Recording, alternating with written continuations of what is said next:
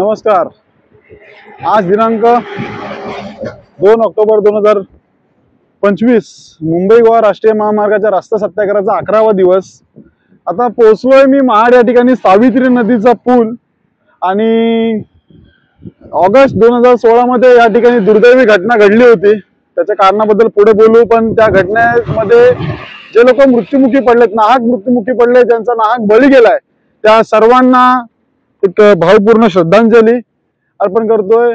पण मला संबंधित प्रशासनाला हे बोलायचं आहे की बघा, तुम्हाला एखाद्याचा जीव गेल्यानंतर आज त्याच्यामध्ये एवढ्या बस गेल्या, त्या बस मध्ये त्यासोबत कार देखील वाहून गेल्या आणि खूप दिवसानंतर भेटल्या।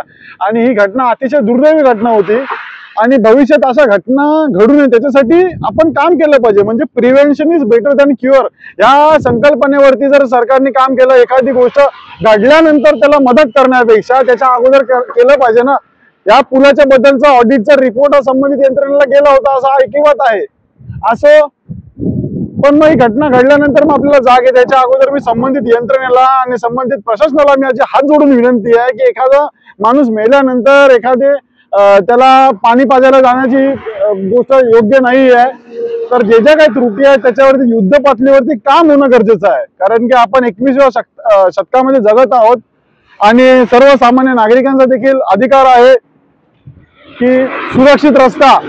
तर आज या मुंबई गोवा राष्ट्रीय महामार्गाच्या रस्ता च्या अभियानाद्वारे, मोहिमेद्वारे मी तुम्हाला विनंती करतोय की जे काही खड्ड्यांचे फोटोज, जे काही क्रॅक्सचे फोटोज मी तुम्हाला पाठवले त्याच्यावरती काम करा, जेणेकरून की नागरिकांचा नाहक बळी जाणार नाही, मृत्यू होणार नाहीये।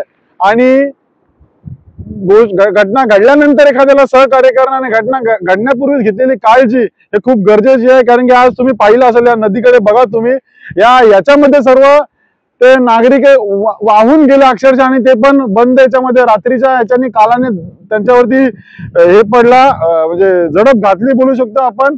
पण हे थांबण्यासाठी प्रशासनाने तेवढीच काळजी घेणं गरजेचं आहे। सूचनांचं त्यांनी काटेकोर पद्धतीने पालन आणि त्याच्यावरती कृती करणं गरजेचं आहे, तरच गोष्टी वाचतील। आज मुंबई गोवा राष्ट्रीय महामार्गावर एवढे अपघात झालेत आणि अजूनही होत आहेत। हे कमी करण्यासाठी डायव्हर्जनचे अभाव किंवा इतर गोष्टींचा अहवाल मी सादर केलेला पहिल्या टप्प्यातील तो त्या बघावा आणि पुढील टप्प्यासाठी सहकार्य करावं। धन्यवाद।